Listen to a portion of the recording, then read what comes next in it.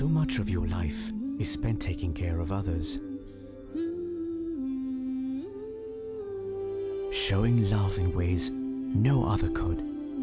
Now it's our turn to show you how much we care. Introducing Leasera from Mobitel, a special package for women with a free life insurance cover up to 500,000 rupees. Leasera, empowering women today for a secure tomorrow. Mobitel, we care always.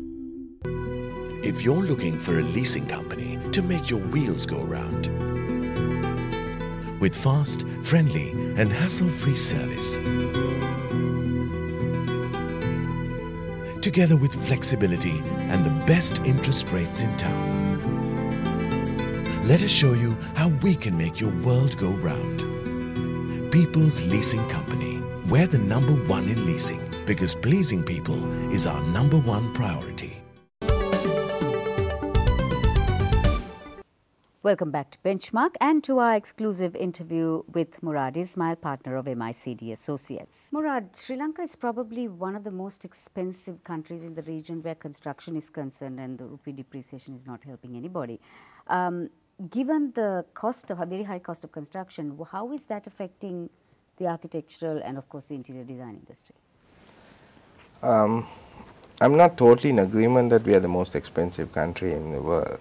I mean, expensive country in even this part of the region. I mean, India always says they're cheaper, but you actually do it properly, it's not.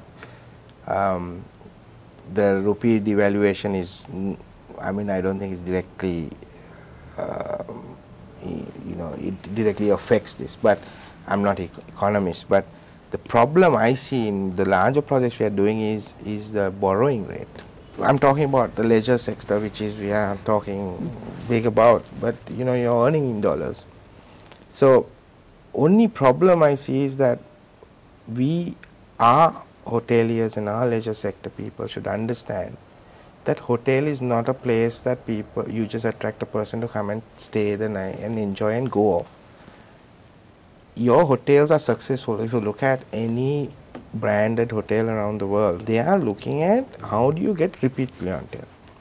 Our developers who are suddenly getting into hotels do not understand this. So what they do is, okay, where can we cost cut? Right? I mean, to do the psychology part of the hotel is not difficult. I mean, it's difficult, but it's not expensive. But because of the little knowledge that they have in reading books or saying I have been to 100 hotels around the world and I'm a rich traveler, doesn't mean a thing, because they experience that psychology, but they don't know why they experienced it. Hotel design has something completely different. You can't teach it, you can't learn it in a hurry. We are still learning. But the actual successful hotelier knows it. And he'll impart that on you, because if you are designing something for him, he needs to have repeat clientele. You work in an industry that is very closely related to the environment. How do you ensure that you build or you design green? If you take Kandalama for an example, at the time, green buildings were just coming out, but there was no technology as such. There was a huge hue and cry about it at that time, politically or not, I'm not sure. But suddenly it wins Green Globe Award thrice. Right? World over, we need to understand that there is a thing called, you have environmentalist and you have the industrialist. But world over, they use environmental economics. You weigh the pros and cons. You can't just say, okay, I'm not building hotels here, I'm not building a house here because of the environment. You would weigh the pros and cons.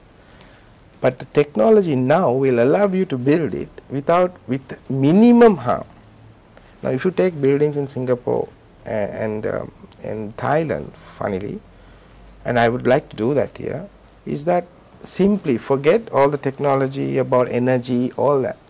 It says if you build a building on an acre of land, at least for 50% of that land, if it was green, replace it on the building. Right? But that is simplistic form. It's not about I'm using so much energy, I need to get other sources rather than fossil fuel energy. I'm just talking simplistic form. So we've always been designing in Sri Lanka in environmental in mind. Colombo is undergoing a much needed facelift, but of course there are the critics who have seen, or there's criticism over what is being done in the name of development. For instance, trees being cut, some as old as 150 years old. If that is the case, how does one balance progress, development and retaining the green features? Criticisms will come, but I mean, in fact, I had many calls which I didn't know where the trees were cut, because I know for a fact that we saved a lot of trees. Some, you know, using influence and getting it cut, and we have saved a lot. But this particular instance was 2 roads, I think, Bautalokamauta and Vijayaramauta. Those are the main critical parts. See, Savitri, these roads, I mean, I had to find out what happened. These roads were meant to be widened.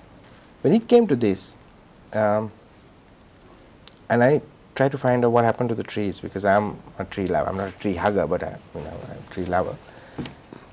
What happened was this road had to be widened, and it was to be widened to one side. And on a visit there, they found that if you widen it to the side that was supposed to be widened, 20 trees would have been cut. So they took time, came back, and found a way to probably extend it to the other side so that only 4 would be cut. Again, Murad, should other arguably more, what we would say, crucial issues be taken up, more priorities like transport, drainage systems, sewage systems, garbage disposal, should those be prioritized over the actual beautification of the city? Look at the whole project. It's not beautification only. See, first and foremost, there was a flood issue. Right, everybody blamed water edge, so and so forth, feeling it was nothing to do with that. It was the canals being clogged. So about 2.5 years ago, the Navy was asked to clean up the canals. Every single canal, other than somewhere in Maligavat area, was cleared.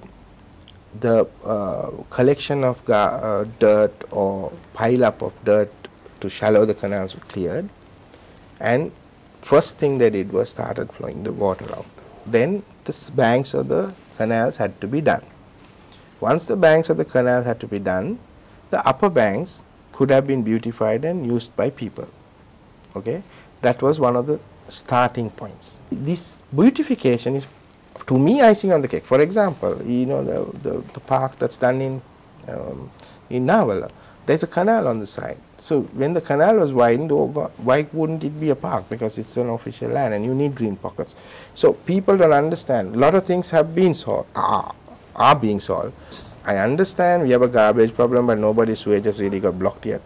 But we have a sewage problem, we have a garbage problem people talks about, and there are solutions for that, but that's not part of this. This is clearing out garbage disposal and cleaning up lakes, and so that they are water usable.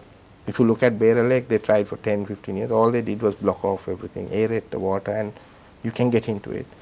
So there is a big picture, and in that process what is given to the public is a beautified outer portion, this micro part. Murad, we've seen the Dutch hospital come up. We are seeing the racecourse segment being done up. We are seeing jogging paths, like you mentioned, Independence Avenue has been done up. With all this in mind, how do you see, or where do you see the country in 5 years? Again, I need to start by saying, like, I get credit for this Dutch hospital. Yes, I did. I mean, but it's not me only. The idea is coming from Defense Secretary. I mean, no one believes this, but I seem to be getting the credit. But he's been traveling, looking at things, and then we discussing how to get this up and running. As I said earlier, the jogging paths and all that is part of the beautification, which has a macro situation of cleaning up years of waste issues. 5 years from now, well, if we go like this, I think the private sector is going to invest a lot of money here. And the government in power is obviously spending money on infrastructure. And my only hope is that we understand what we need as a product for the next 50 years rather than the next 2 years. And at the moment what I see is, oh, I need to do this, and I need to build this, and I need to develop this, and I need to get my return. That's not going to work. Thank you very much, Murad, for joining us in our studios on Benchmark. That was Murad Ismail, partner of MICD Associates. And after the break, Anushan Selvaraja sheds light on some economic issues.